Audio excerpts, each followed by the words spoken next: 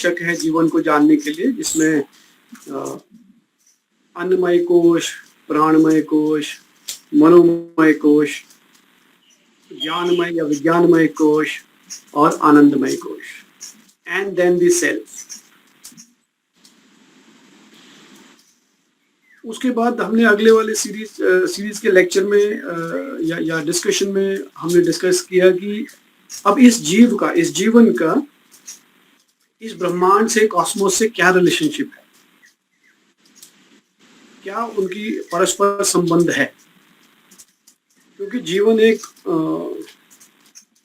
अकेली वस्तु नहीं है जो कि उसको प्रमाणित किया जा सके या उसको जाना जा सके, उसको उस रिलेशनशिप में ही जाना जा सकता है। बिना रिलेशनशिप के कोई चीज एग्जिस्ट नहीं कर सकती। जैसे आप प्लैनेटरी सिस्टम देखेंगे,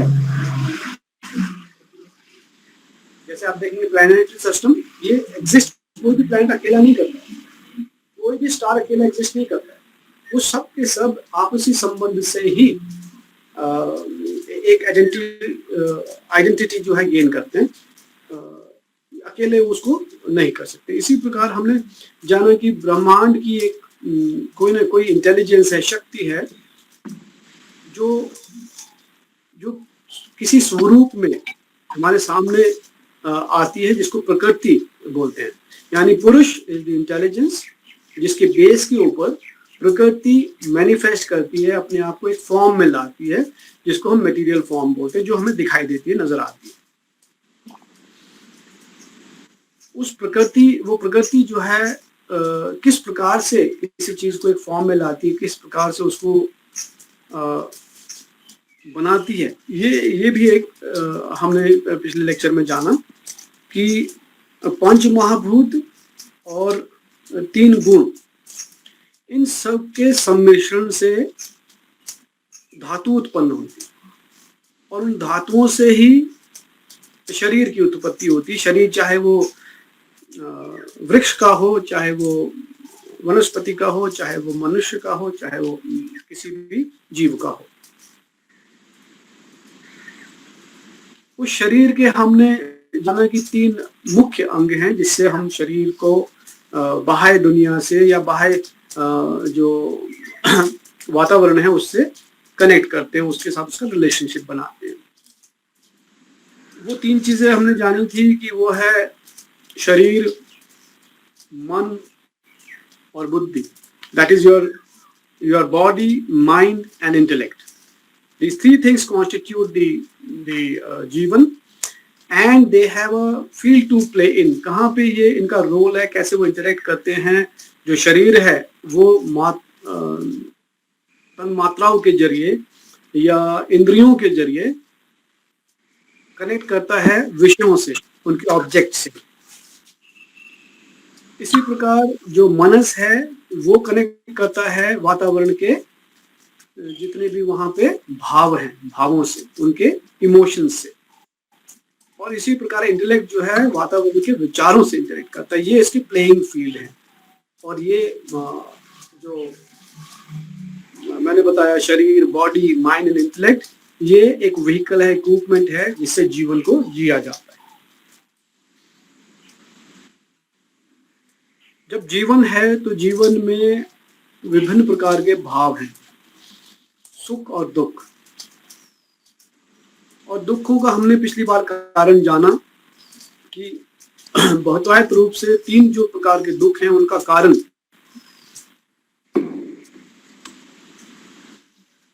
शरीर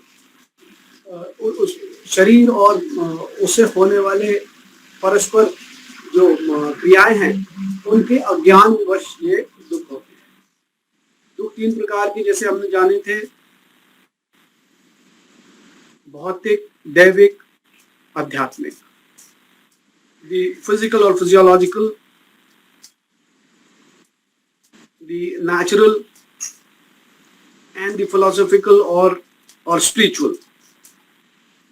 लेकिन सभी दुखों का जो आभास है, जो इनका एक्सपीरियंस है, वो सिर्फ शरीर के थ्रू ही होता है। यानी कि सभी दुख एक फिजिकल फॉर्म में ही मैनिफेस्ट करते हैं हमारे शरीर में, क्योंकि कॉग्निटिव एबिलिटी हमारी शरीर के थ्रू ही है। तो ये एसेंशियली क्या हुआ, इसका मतलब कि सारे के सारे दुख हमारे शरीर से ही या शरीर के अंदर ही उत्पन्न होते हैं। चाहे वो दैविक दुख हो, जैसे बहुत ज्यादा बारिश होने से कोलेरा का फैल जाना, या एक्सेसिव हीट से, गर्मी से लोगों का मर जाना, है तो दैविक दुख, लेकिन है शरीर के माध्यम से प्रकट होना उसका। तो एसेंशियली सभी के सभी जो दुख हैं वो हमारे शरीर से ही संबंधित रखते हैं, इसीलिए शरीर को इतना महत्व दिया गया है। अब इन दुखों के निवारण का क्या तरीका है, किस प्रकार से हम उन पे विजय पा सकते हैं या उनको दूर रख सकते हैं, how we can prevent this pain and miseries and elements, that we have to understand. And whole of our philosophy, Indian philosophy is actually based on this, that how we can take care of our body, which will then prevent all kind of pain and miseries, whatever kind of they are. So essentially, initially, as I said, to prevent these ailments or these pains and miseries, दुखों को दूर रखने के लिए हमें एक प्रयास की आवश्यकता है। तो अगर हम उसको सोचे ध्यान से तो पता चलेगा कि जो प्रयास है वो ही योग है। जनरली हम योग की जो परिभाषा देखते हैं या सुनते हैं, उसमें बोलते हैं कि योग जो है इज अ कम्युनियन, या वो एक संबंध स्थापित होना ही योग है। जैसा कि हम लोग गणित में कहते हैं 2 और 2 का योग 4 हुआ, यानी कि 2 और 2 मिलके 4। तो ये जो मिलना है ये ही योग कहा गया है हमारे जनरल बोलचाल की भाषा में। पर मेरा ये मानना है कि ये जो योग है, ये जो संबंध है या जो मेल है, ये शायद योग नहीं है। क्योंकि जब हम दुखों को दूर करने की बात कर रहे हैं उसमें योग नहीं कर रहे हैं, उसमें हम घटा रहे हैं। तो योग हुआ प्रयास, एफर्ट्स टू डू दी योग और कम्युनियन और ज्वाइनिंग और withdrawing. Any kind of efforts put in by people or a person or a jeev for whatever aim he has decided, वो ही योग है। जैसे कृष्ण ने गीता में बहुत प्रकार के योग कहे हैं, समत्व योग, स्थित प्रज्ञ योग, कर्म योग, भाव योग, क्रिया योग। So that means yoga is meaning actually the efforts you are putting in any kind of achievement of aim। कहाँ आप जिस भी लक्ष्य को पाना चाहते हैं उसके लिए जो एफर्ट्स कर रहे हैं, जो प्रयास कर रहे हैं, वो ही योग है। योग शब्द जो है यज्ञ से उत्पन्न हुआ है, यज्ञ, यत्न, और यत्न का मतलब आपको शायद मालूम होगा सभी को, यत्न इज प्रयास। अब जब हमने ये प्रयास करने हैं तो इनको हम ठीक से समझने के लिए और उनको अपने जीवन में कार्यान्वित करने के लिए, to implement them in our life, we need to understand it in a bit in pieces. Because एक पूरा का पूरा अगर आप एक साथ उसको समझना चाहेंगे तो शायद क्लैरिटी नहीं आएगी, उसको समझना थोड़ा सा मुश्किल होगा। तो इसलिए जरूरी है कि हम उसको एक किसी तरह से बांट लें। सबसे अच्छा डिवीजन जो मैंने महसूस किया या पढ़ा है या देखा है वो है दयानंद सरस्वती की किताब में सत्यार्थ प्रकाश में जो उन्होंने दिया, दैट यू डिवाइडेड इनटू राजयोग, भक्ति योग, कर्म योग एंड ज्ञान योग। तो 4 प्रकार से हम इसको डिवाइड कर सकते हैं अपने एफर्ट्स को, कि ये किस प्रकार से हम इनको कर सकते हैं।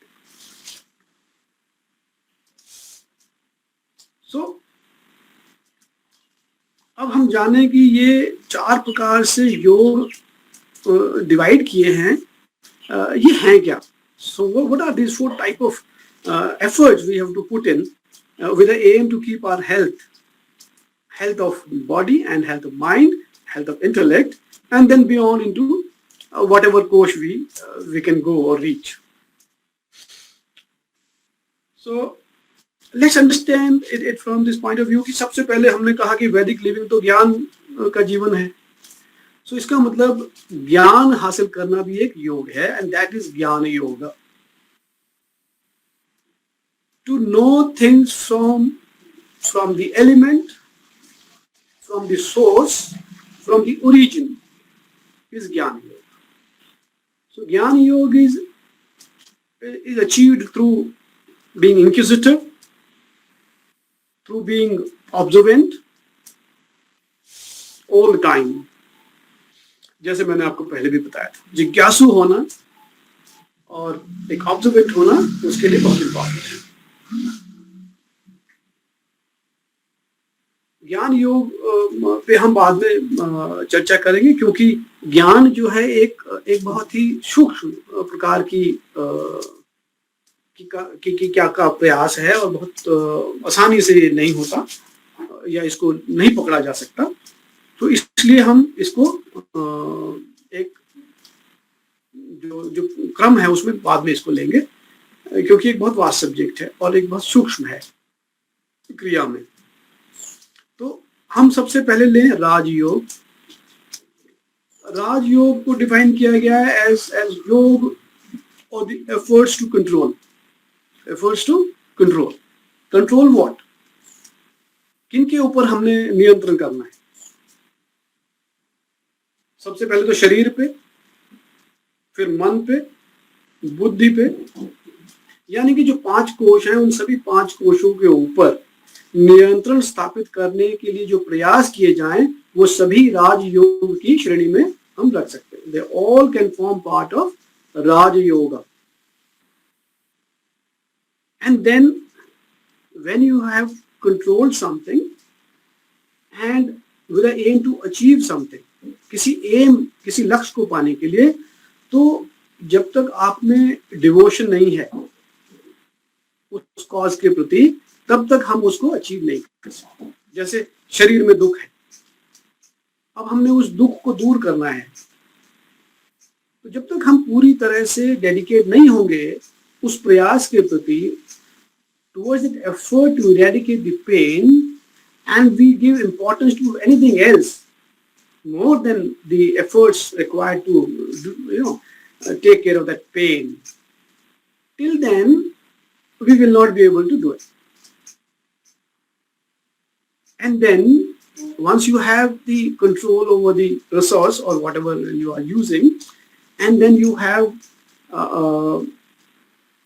devoted yourself, then you need to take actions to do it. So that is Karma Yoga.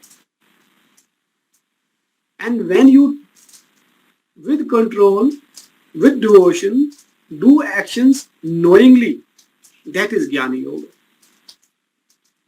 So now we have understood that all these 4 things are actually happening simultaneously. ये क्रमबद्ध नहीं है, ये एक ही साथ आपके जीवन में हो रही हैं और कर रहे हैं हम हर क्षण.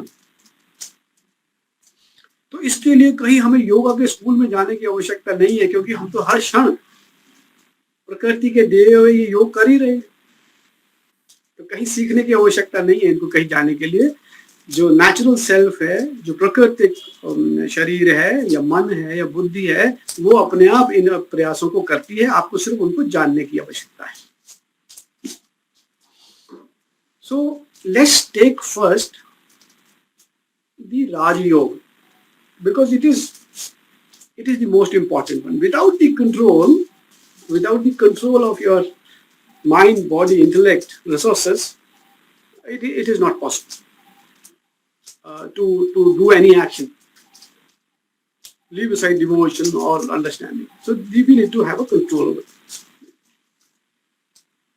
इसके लिए योग में जो योग फिलॉसफी है, योग दर्शन है, उसमें 2 प्रकार का लिनिएज है.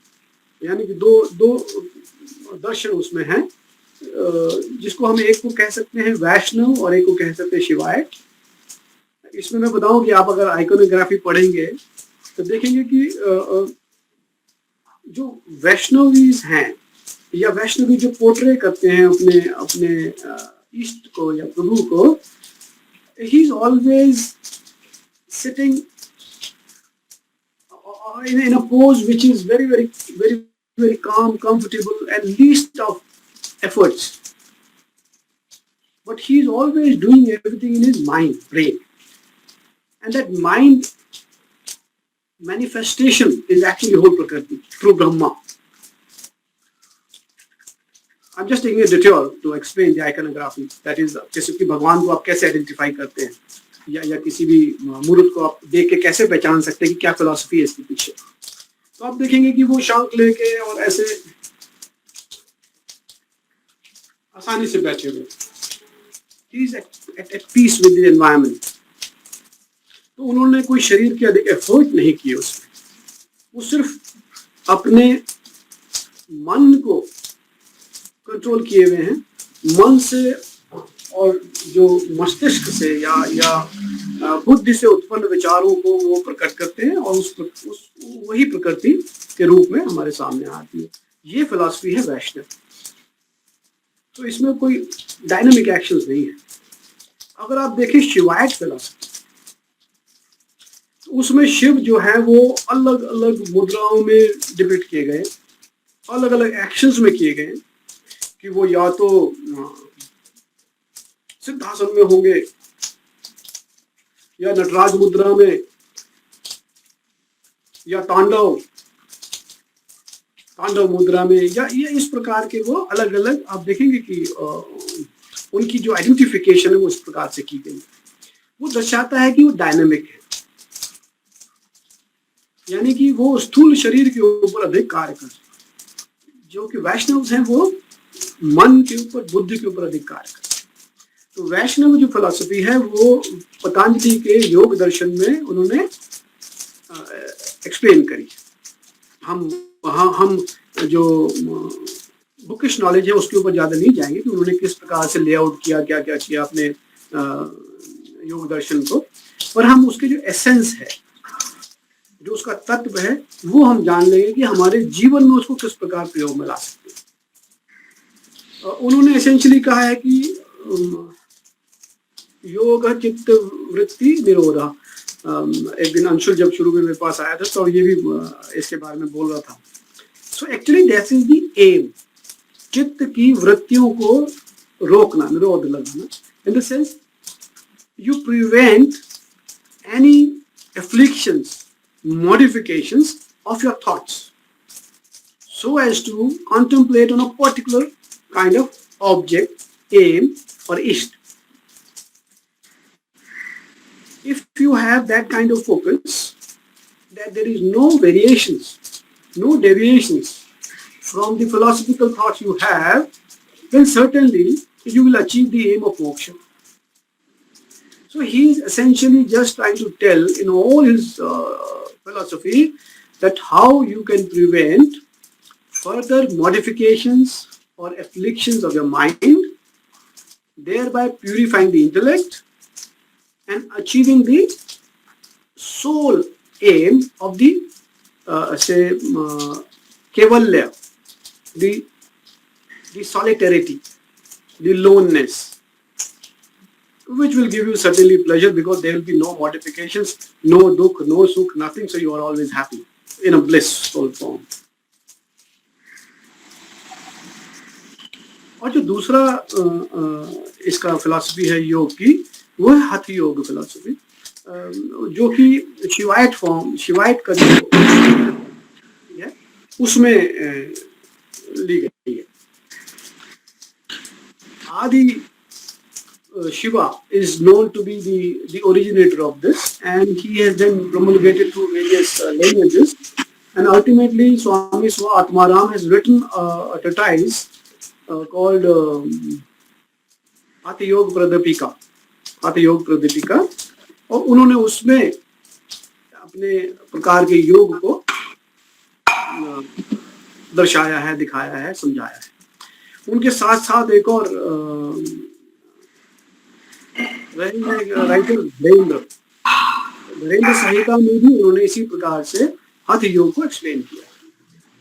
दोनों में बहुत थोड़ा डिफरेंस है, ज्यादा फर्क नहीं। लेकिन हम ये जान लें कि ये दो प्रकार के योग हैं। एक है जो हमारा सीधा मनस बुद्धि पे काम करता है, और एक हमारा शरीर पे काम करता है। जो शरीर पे काम करता है उसको बोलते हैं हठ योग, और द फिजिकल योग, और द स्थूल योग। जो उस पे सीधा काम करता है उसे हम कहते हैं भाव योग। That is, you're working on your emotional self. So that means you're already working straight away onto the third, fourth and fifth kosha through Patanjali Yoga Darshan. That is when we say कि मैं तो meditate करता हूँ बैठ के 15 minute, 1 घंटा, आधा घंटा, we are actually trying to go there. लेकिन शिव, आदि शिव, जब उन्होंने ये, वो he is more contemporary God, वो बाद में उन्होंने देखा कि जो काली युग है इसमें इस प्रकार से सीधे तीसरे और चौथे कोश पे पहुंचना संभव सा लगता है, तो उन्होंने उसको मॉडिफाई किया, उनको उस वैष्णव फिलॉसफी को, और it is more suited towards implementation in the Kali Yuga. Now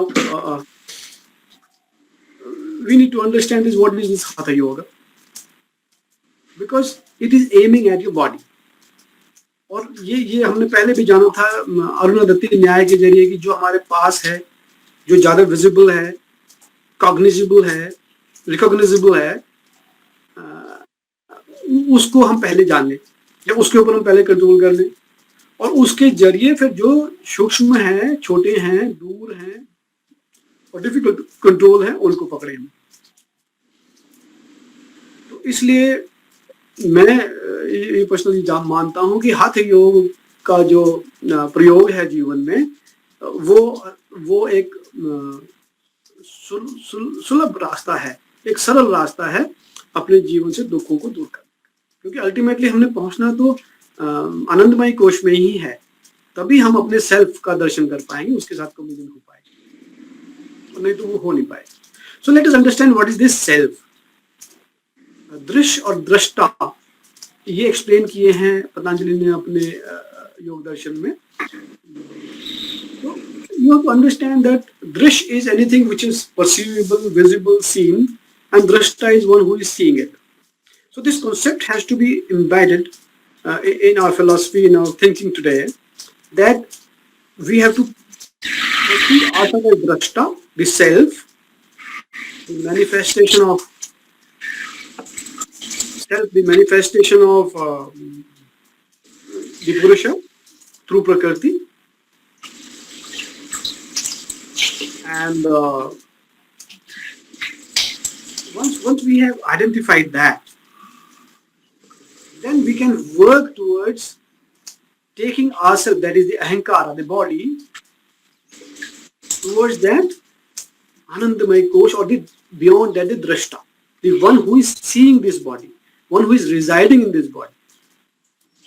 And once you are having a communion of these, इन दोनों का संबंध स्थापित हो जाए, उसके बाद कष्टों का निवारण आसानी से होगा। So let us understand what is this self. हमारा एम क्या है योग का? So इसमें सबसे पहले हमें जानना जरूरी है कि ये है क्या चीज जो हमारे अंदर है, जिसको हम दृष्टा कहेंगे, या जिसको हम उस परमेश्वर का या उस पुरुष का अंश कहेंगे। So उसको तैत्तिरीय उपनिषद में बताया है कि सत्यम ज्ञानम अनंतम ब्रह्मन, that is so हम देख रहे थे कि what is this Brahman, what is this अंश of that Purusha, that has to be explained and understood. So when we say Satyam Jnanam Anantam Brahman, that is just a definition given which essentially means कि the reality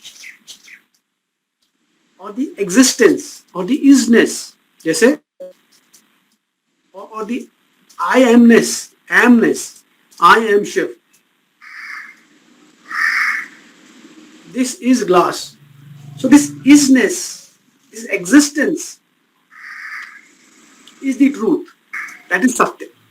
The existence is this Satya and not this glass. This glass will break, turn into कांच, और कांच को पूरा कर देंगे तो वो रेता बन जाएगा, रेता को भी आप अलग अलग करेंगे तो माइका बन जाएगा. तो ये सत्य नहीं है. सत्य क्या है? The existence of this is the सत्य.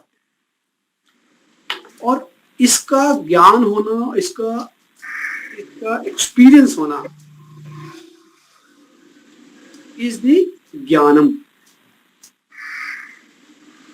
सो सत्य यानी एग्जिस्टेंस का ज्ञान होना ही ब्रह्मन है. यानी कि once you know that there is something existing inside this body and you know what it is and you are able to commune with that, that is yoga, and understanding of this is Brahman.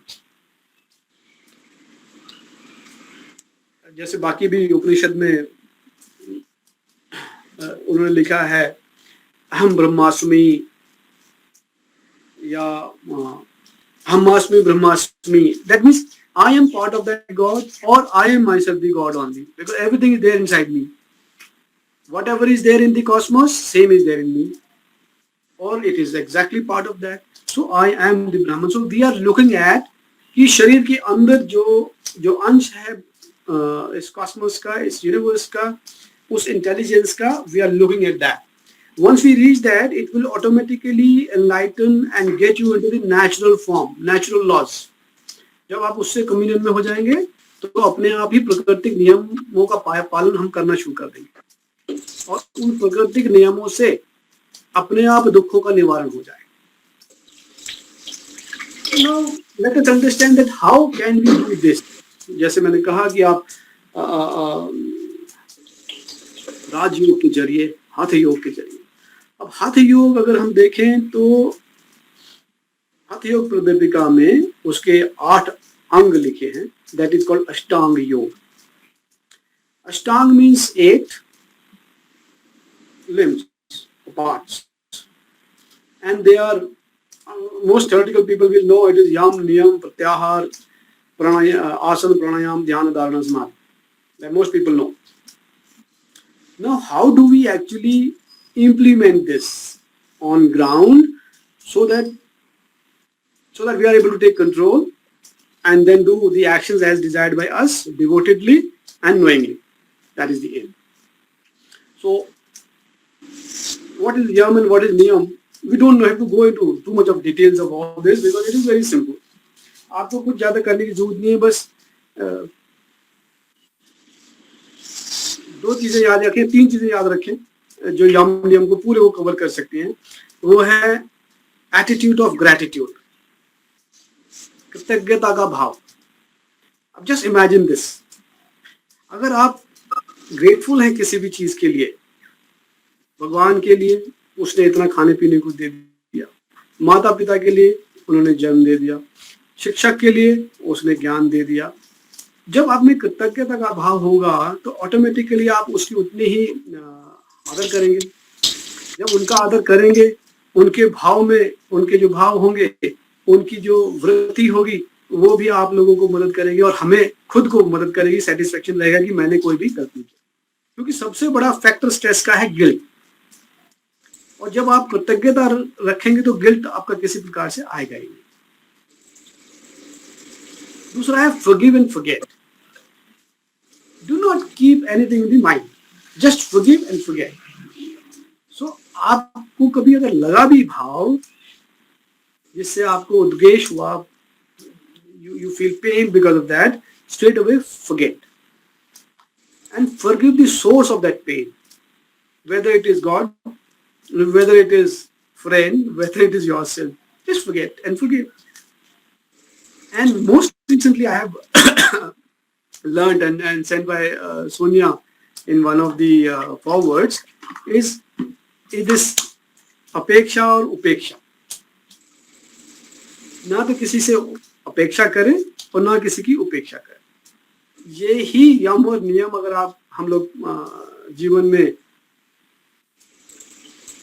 कार्यान्वित कर लेंगे तो वो समस्या हल हो जाएगी। लेकिन अगर आप देखें कि स्व आत्माराम जी ने जो लिखा है उसमें उन्होंने यम और नियम का जिक्र ही नहीं किया।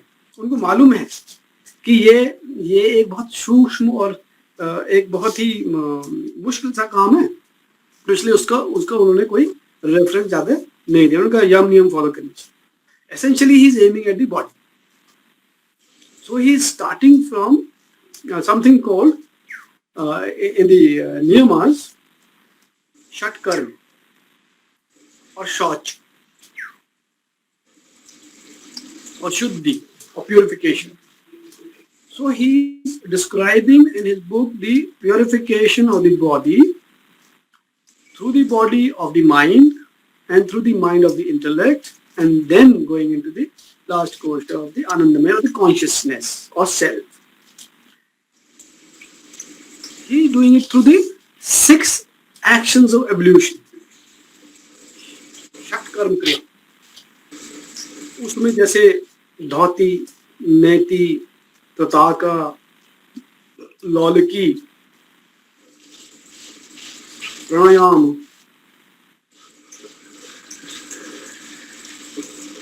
ये उन्होंने 6 एक्शन उसने बताए।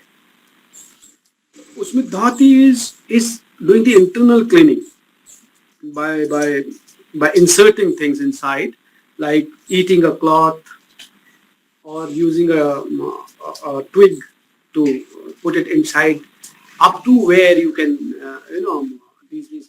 this trachea and esophagus have got a partly muscles which are voluntary muscles which we can control, so you can reach up to there. That, and once you do that, तो उससे हमारी जो वहाँ के vessels हैं, nerves हैं, जब आप उस पे डिपॉजिटेड म्यूकस जो है वो निकाल देंगे तो वो एक्टिवेट हो जाएंगे, वहाँ ब्लड सप्लाई ज्यादा होगा, उनका जो फंक्शनिंग है मसल्स का बहुत ही एक डिटेल्ड चीज है, सब्जेक्ट है, बड़ा सब्जेक्ट है।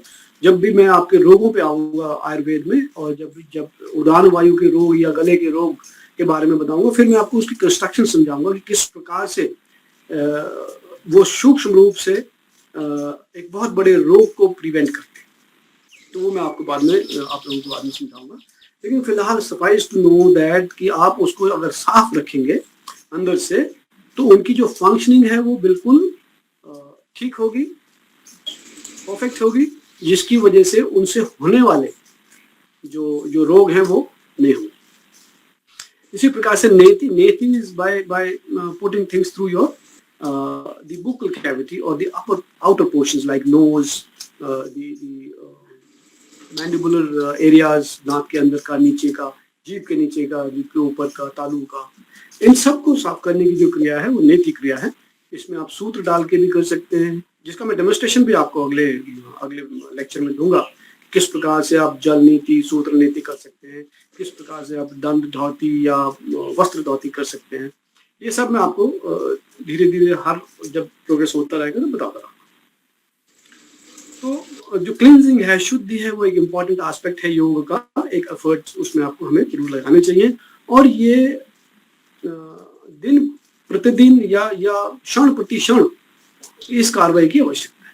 इसको हम ये नहीं कह सकते कि हम साल में एक बार डिटॉक्सिफिकेशन के लिए चले जाएंगे तो हम ठीक हो जाएंगे, नहीं। आपने टॉक्सिफिकेशन को प्रिवेंट करना है थ्रू शुद्धि, थ्रू षट कर्म। उसके बाद जो नेक्स्ट उन्होंने बताया है वो फिर प्रत्याहार के ऊपर उन्होंने ज्यादा ध्यान नहीं दिया, क्योंकि वो जानते हैं कि व्यवहार या प्रत्याहार या यानी कि आपका outward actions towards the outer world is not easy to control. So वो शिव जी का ये मानना था, आदि शिव का या ओरिजिनेटर ऑफ दिस योग का, कि अगर हम स्थूल शरीर को कंट्रोल कर लेंगे तो हम बाकी की जो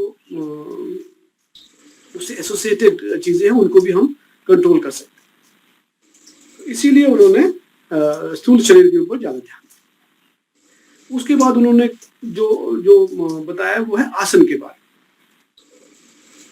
अब आसन जो है एक बहुत ही महत्वपूर्ण और सबसे महत्वपूर्ण एस्पेक्ट है हमारे शरीर का। आसन इज, हम ये नहीं कह सकते कि सुबह उठ के हमने आसन कर लिया। It is actually the posture.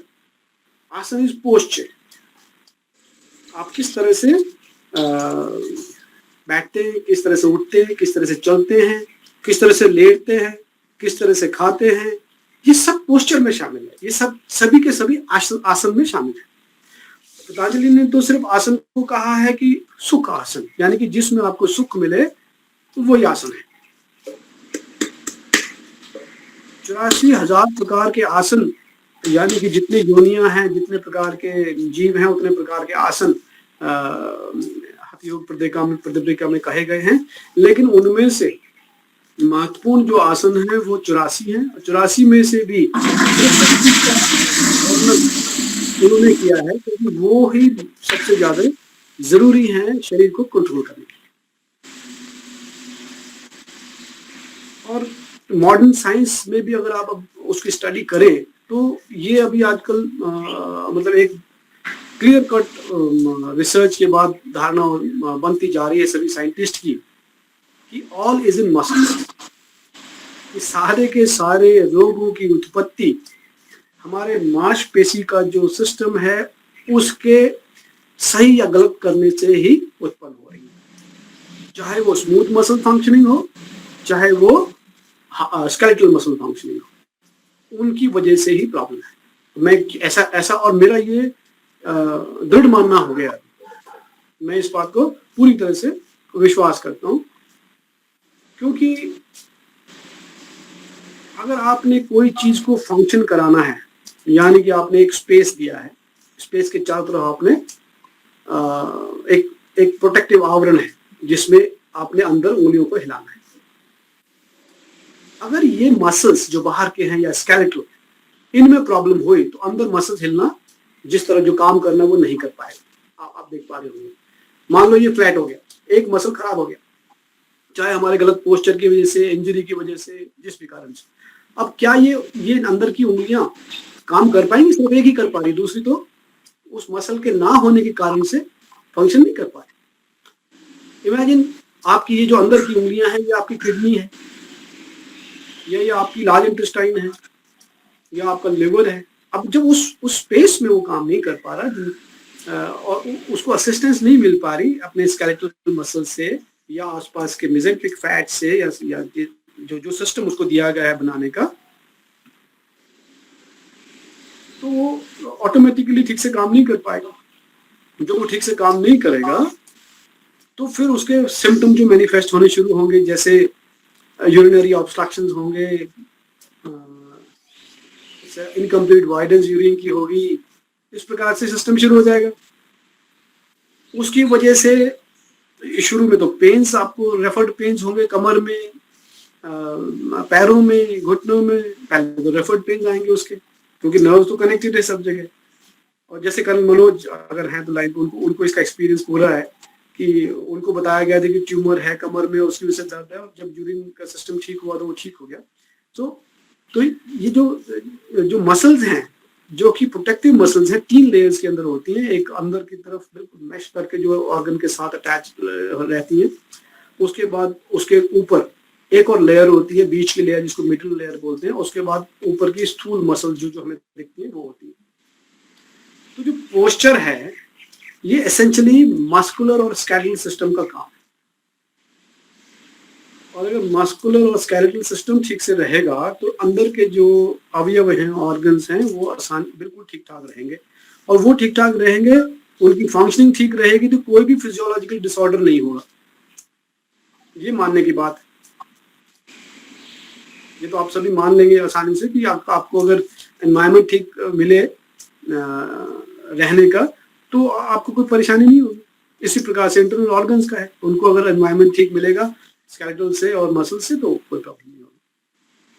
तो जो आसन है ये एक बहुत इंपॉर्टेंट एस्पेक्ट है योग का, एफर्ट्स का।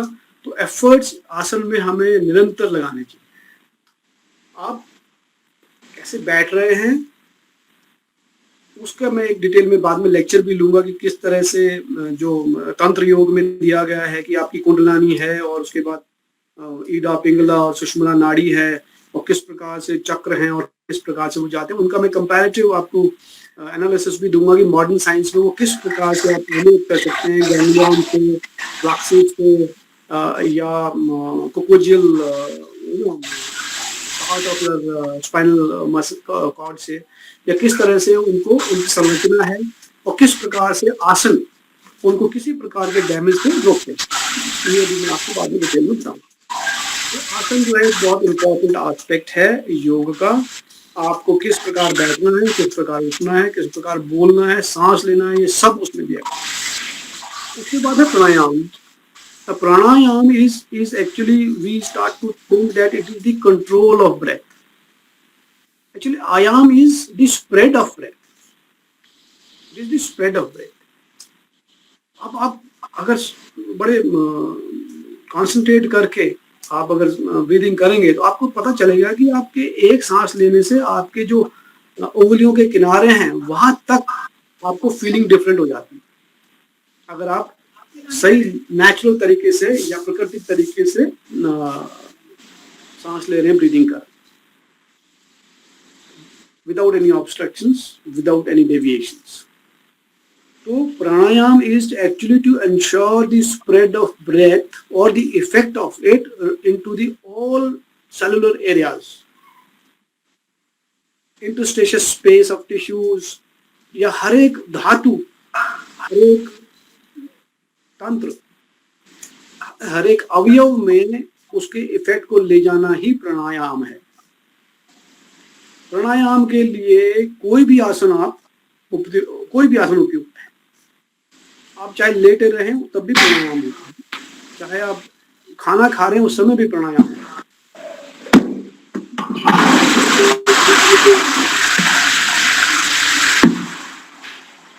ये म्यूट कर लीजिए अपना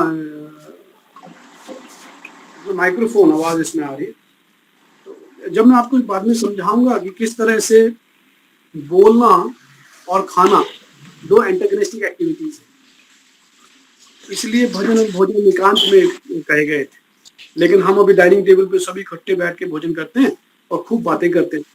आपको मैं बताऊं कि जो ट्रैकिया है, जब हम बोलते हैं तो सांस का प्रवाह ऊपर की तरफ है, और जब हम खाना खाते हैं तो इसोफेगस में, जो कि हमारे ट्रैकिया के पिछली साइड में है, उसका प्रवाह नीचे की तरफ, यानी कि हमको इसोफेगस में जो लेयर बननी है, जो पेस्टलिसिस मूवमेंट होनी है, वो ऊपर से नीचे की तरफ है। लंग्स में वो नीचे से ऊपर की तरफ है, और दोनों ये ऑर्गन ऐसे एक साथ जुड़े हुए हैं और इनके पीछे स्पाइनल कॉर्ड जुड़ी हुई। अब आप सोचिए कि जब हम भोजन कर रहे हैं या ग्रहण कर रहे हैं और हम बोलने लगे तो क्या होगा? ऑटोमेटिकली इसोफेगस में जो रिफ्लुक्स है खाने को नीचे ले जाने का, वो ऑब्स्ट्रक्ट होगा और खाना फिर ऊपर ही रुका रहेगा, उसको नीचे जाने में समय लगेगा।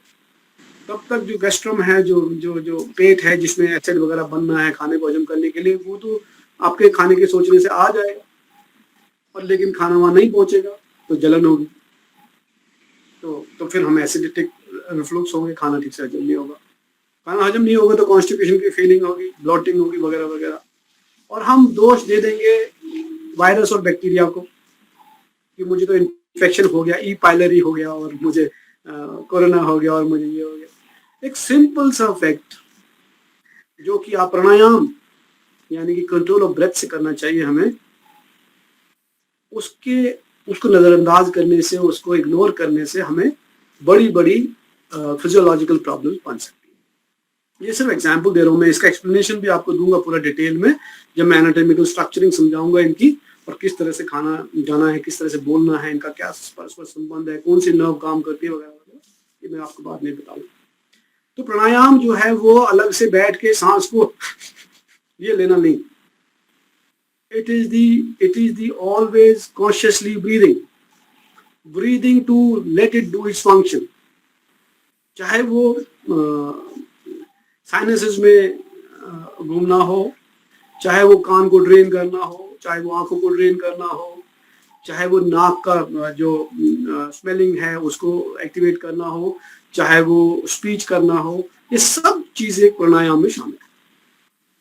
एक स्वर योगा करके भी एक लोगों ने सुना होगा। स्वर is that how you speak, how you breathe, that is also स्वर yoga, which knows you breathe through nostril, to mouth, which part you feel it here, which part you feel down there. That is also a science. तंत्र योग में ये बड़ा popular है. तो प्राणायाम हम उस तरह से समझ लें. प्राणायाम के बाद है धारणा. अब ये मानिए कि अगर आपने कोई लक्ष्य हासिल करना है तो सबसे पहले तो कंट्रोल चाहिए. उस कंट्रोल को हासिल करने के लिए शुद्धि चाहिए. शरीर की एफिशिएंट रहे, शरीर मन भी एफिशिएंट रहे, बुद्धि एफिशिएंट रहे. शुद्धि करने के बाद जब आप उसको फ्रेश रखेंगे थ्रू प्राणायाम, हर जगह वो आपकी बॉडी में प्राण जो है या वायु जो है या जो एनर्जी है वो अवेलेबल रहेगी, आपकी एफिशिएंसी हाई रहेगी, तो आप आसानी से कोई भी ध्येय अचीव कर सकते हैं. लेकिन वो ध्येय को बनाने के लिए, अचीव करने के लिए धारणा आवश्यक है. You got to be firmly believing first in your aim, that what you want. तो उसको धारण करना, to hold it within yourself, the perseverance is धारणा. धारणा के लिए अलग से कोई समाधि लगाने की जरूरत नहीं, किसी कुछ करने की जरूरत. धारणा just to think that this is my aim of life, I must continue to work like this. बस. मैं बताऊं जो मेरी फिलॉसफी, जो मैं सोचता हूँ योग के एम जो है वो 3 तरीके से, 3 चीजें आप में अगर हैं तो आप योग आसानी से कर पाएंगे, एफर्ट्स कर पाएंगे. That is practice, patience and perseverance. अभ्यास, निरंतरता और निरंतरता. Continuously doing a thing will certainly get you the result of that effort. और क्या करना है, हासिल क्या करना है इन तीनों से, आपने जो करना है उससे आपने अभ्यास से, निरंतर अभ्यास से और पेशेंटली वेट करते हुए आपने जो अचीव करना है वो 3 चीजें. वो 3 है स्थिरता, एकाग्रता और दृढ़ता. यानी कि you got to be in balance, stable, adhering to a thing, in equilibrium, एकाग्रता, focused, concentrated और दृढ़ता, determined, disciplined, forceful, with power. So with abhyas, with patience and perseverance, you get the qualities of balance, that is your स्थिरता, एकाग्रता और दृढ़ता. और इन्हीं से ही राजयोग की पूर्ति होगी. तो जो धारणा है जिसकी अभी मैं बात कर रहा था, अब धारणा जो है वो एक सिर्फ मन का चीज है कि मेरी ये धारणा है कि अगर मैं ठीक से बैठूंगा नीचे, अपने दोनों पेल्विक बोन पे वेट रख के, तो मेरा जो पेरिटोनियल कैविटी है, जिसमें urinary bladder, sigmoid colon, rectum, the uterus and such like organs, sensitive organs are there, वो बिल्कुल ठीक रहेंगे. ये आपकी धारणा है. अब जब आपकी धारणा में दृढ़ता है तो आप एकाग्र होंगे और फिर आप आसानी से इक्विलिब्रियम यानी कि स्थिरता बॉडी की हासिल कर पाएंगे. और आपके जो ये ऑर्गन्स हैं, स्पेशली लेडीज के लिए बहुत इंपॉर्टेंट है. और एग्जांपल, वो पीसीओडी हो गया और मुझे ये प्रॉब्लम हो गई, ये सब प्रॉब्लम अपने आप सॉल्व हो जाएंगे अगर आपकी ये धारणा बन जाए कि मेरा पोस्चर उन ऑर्गन्स को प्रोटेक्ट करने के लिए होगा. तो और आप उसको होल्ड करें. थोड़े से दर्द में ये ना सोच लें कि नहीं ये पोस्चर से कुछ नहीं होने वाला, मुझे तो दवाई खानी. सो दैट इज धारणा, दैट इज धारणा. So you have to holding a thought, persevering with it is dharana. And then we go beyond this dharana into the dhyana. When you have to achieve an aim, after being clean, pure, efficient, and holding the thought in your mind, you got to focus on it. तो हमने उसके ऊपर ध्यान देना, concentrate करना. Concentrate कैसे होगा? बाकी चीजों को एलिमिनेट करके, जो बाकी चीजें हैं उनको धीरे धीरे निकालते हैं. जैसे मैंने बाहर जाना है। बाहर किस लिए जाना है? कि मैंने सब्जी लानी। अब सब्जी लाने में लिपस्टिक लगाने की तो आवश्यकता नहीं। तो वो जो सुपरफ्लस थिंग है, जो जो जो रिक्वायर्ड नहीं है, वो धीरे धीरे उनकी जो धारणा है उनको निकालते चले जाएं। हम फोकस करें अपने पर्टिकुलर ऑब्जेक्ट पे। ये एग्जाम्पल मैं दूं, जैसे हमें कोई प्रोजेक्ट मिला हुआ है, हमारे जीवन का तो एम हमने मान लिया कि मोक्ष है, लेकिन हमें मान लो एक प्रोजेक्ट मिल गया जिसको हमने पेपर लिखना प्रोजेक्ट के ऊपर। जैसे आर्मी की भाषा में बोलते हैं कि you have to write appreciation, कि हमला यहाँ से करना है, तो कैसे करोगे आप बताओ। सो ये जो एम है, इसको अचीव करने के लिए ये स्टेप्स जरूरी हैं, चाहे आपका कोई भी एम हो। इसके लिए जीवन का एम अलग हो गया, इसके हर क्षण के एम अलग हो गए, और जीवन के प्रोफेशनल एम्स अलग हो गए। तो जब आप प्रोफेशन में हैं, किसी में जहां भी हैं, उसमें भी आप इसी प्रकार से हठ योग का प्रयोग कर सकते हैं। आप पहले तो शुद्ध रहे, स्वच्छ रहे, फ्रेश रहे, प्राणायाम करके, और धारणा बना के रखे कि प्रोफेशनली मैंने ये चीज यहाँ इस तरह से बनानी है। सो आई एम डिटरमिन्ड कि इस ऑब्जेक्ट को मैंने ऐसे ही कैप्चर करना है। उसके बाद मैंने फोकस करना पड़ेगा, मुझे बाकी चीजें अपने ध्यान से निकालनी पड़ेंगी, कि बच्चे रो रहे हैं, या वाइफ ने ये मंगाया था, या ये किया था, ये सब चीजें निकालनी पड़ेंगी मुझे दिमाग से। और जब वो चीजें निकल जाएंगी तो मेरी जो एबिलिटी है मस्तिष्क की या ब्रेन की, वो उतनी बढ़ जाएगी उस चीज के लिए। जब वो बढ़ जाएगी तो उसको आसानी से मैं तेजी से कर पाऊंगा। जब मैं उसको फोकस कर लूंगा, सिर्फ मुझे वो बिंदु दिखाई देगा, जैसे अर्जुन को चिड़िया की आंख नजर आ रही थी, तो वो ही ध्यान है। ध्यान का मतलब ये नहीं कि नाक के आगे ध्यान करना है या यहाँ पे ध्यान करना है, all that is not required. ध्यान is into the place which you are executing. जो कर्म आप कर रहे हैं, उस कर्म में जो प्रयास कर रहे हैं, उस प्रयास में ही ध्यान कर। जब आप वो ध्यान करेंगे तो वो प्रयास अपने आप ही सफल होगा। जब प्रयास सफल होगा तो ऑटोमेटिकली आपको खुशी मिल जाएगी, सुख हो जाएगा, दुख का निवारण हो जाएगा। अब अगला स्टेज क्या है कि जब आप फोकस हो गए, आपने इतना ज्यादा फोकस करना है कि आप उस चीज में जिसमें लगे हैं, उसका रिजल्ट वही हो जो आपने चाहा है। उसके लिए क्या करना होगा? उसके लिए आपको काफी देर तक ध्यान करना होगा और सभी चीजें दिमाग से निकालनी होगी, और सिंगल माइंडेड एफर्ट, और वही केवल्य है। When you start to put single minded effort into a thing, that is samadhi. So समाधि हर क्षण, हर पल, हर घंटे, हर दिन अलग अलग है, और इसी से आप जन्म और मृत्यु से छुटकारा पा सकते हैं। Now what is this janm and mrityu, also we have to understand. इंसान को या मनुष्य को हम अगर ग्रंथों में पढ़ेंगे, द्विविज कहा गया है, द्विविज यानी कि twice born. How you take birth twice, that has to be understood. एक तो जब हम गर्भ से स्थूल रूप में जन्म लेते हैं, और दूसरा है जब हम एक अहंकार को पा लेते हैं, एक कॉग्निटिव एबिलिटी पा लेते हैं एज एन आइडेंटिटी, कि मैं शिव अवतार हूं। सो वो जो जन्म है, वो दूसरा जन्म है, that cognizable identity of a person. अब जन्म और मृत्यु का कॉन्सेप्ट ये नहीं है कि हम शरीर से मर गए, आत्मा वहां चली गई और फिर पैदा हो गई, वो बात की चीज है। वो it's a great bigger philosophy of life to understand.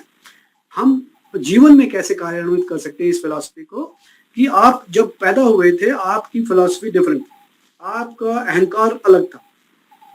आप बच्चे अपने को एक माँ की बच्ची या बच्चा समझ रहे थे। आपका identification for yourself and identification for everybody else was different.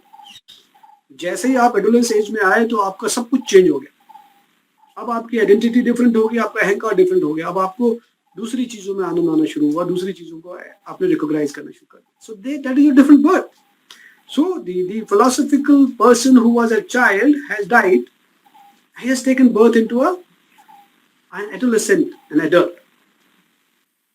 लेकिन उसके जो संस्कार हैं बच्चे के, वो इसमें आ गए। सो जो आत्मा है वो तो सेम रहा, लेकिन हमारा जो अहंकार है वो चेंज होते। इसी प्रकार जब आपकी लाइफ एज प्रोग्रेस करती जाती है तो आपके इसी प्रकार अहंकार जो पुराना है उसकी डेथ होती है, फिर नए अहंकार का बर्थ होता है और उनमें आत्म जो है वो सेम रहती है। So once you are now through into the samadhi, then there will be no life and death. You will not take birth again because you are through with your dharana. You know exactly that this is the way of life. I have to live till this body goes. So जन्म और मृत्यु से आपको छुटकारा मिलेगा। This is what the aim of yoga is. So आज हमने हठ योग के बारे में जान लिया सरसरी तौर पे। Now in the next edition we will go stepwise because it is very important aspect or subject to keep healthy and दुखों से दूर रहने का एक बहुत अच्छा तरीका ये है। अगर हम इसकी फिलॉसफी को, इसके कर्मों को, कार्यों को फॉलो करें तो एक बहुत अच्छा तरीका इसमें है। तो अगले वाले, इससे अगले जो इंटरेक्शन या डिस्कशन होगा उसमें हम षट कर्म के बारे में डिस्कस करेंगे। उसमें थोड़ी बहुत एनाटॉमी भी आपको मैं समझाऊंगा कि किस तरह से नेजल पैसेजेस काम करते हैं, उनका कनेक्शन कान से क्या है, आंख से क्या है, क्रेनियल कैविटी से क्या है, थ्रोट से क्या है, उसका फंक्शनिंग पे क्या इफेक्ट पड़ता है वगैरह वगैरह, ये भी मैं साथ में आपको समझाऊंगा। So today we have gone with the philosophy of yoga और योग फिलॉसफी में हमने अष्टांग योग के बारे में जाना जो कि बेसिकली घरेंद्र संहिता और सो आत्माराम जी की हठ योग प्रदीपिका के ऊपर आधारित था और मेरे खुद के जो प्रैक्टिस है, कार्य है, उसके ऊपर आधारित। अब अगर आपको किसी का कोई प्रश्न है, सवाल है, क्वेश्चन है तो आप पूछ सकते हैं। Otherwise we will meet on the next interaction and that will be more practical and more interesting topic of Shat Karma. Thank you.